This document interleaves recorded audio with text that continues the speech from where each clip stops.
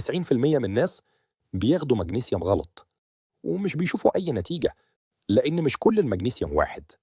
أنا الصيدلي أحمد ماضي، صيدلي الأسرة، هكون معاكم دايما على مدار الأسبوع عشان نوضح حاجات كتير بنقابلها في حياتنا اليومية. يلا بينا نبدأ نوضح حاجة منهم. تعال أعرفك على الفريق، كل واحد فيهم ليه شغل مختلف، ولو اخترت غلط مش هتاخد النتيجة اللي مستنيها. أنا مغنيسيوم ستريت، امتصاصي عالي جدا، يعني لو عندك نقص أنا أرفع لك المستوى بسرعة. وكمان أنا حل ممتاز للإمساك لأني بسحب المية جوه الأمعاء. بس خد بالك، الزيادة مني هتخليك تجري على الحمام.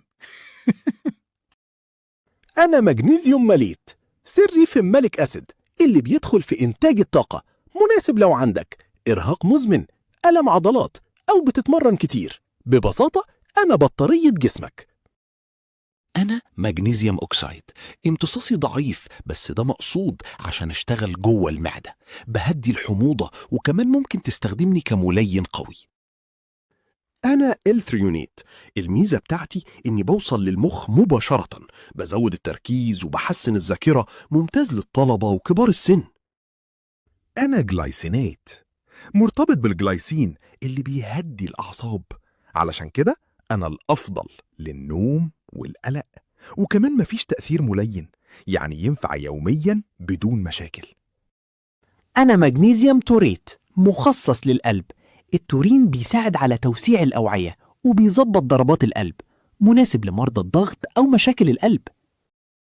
اختار حسب احتياجك.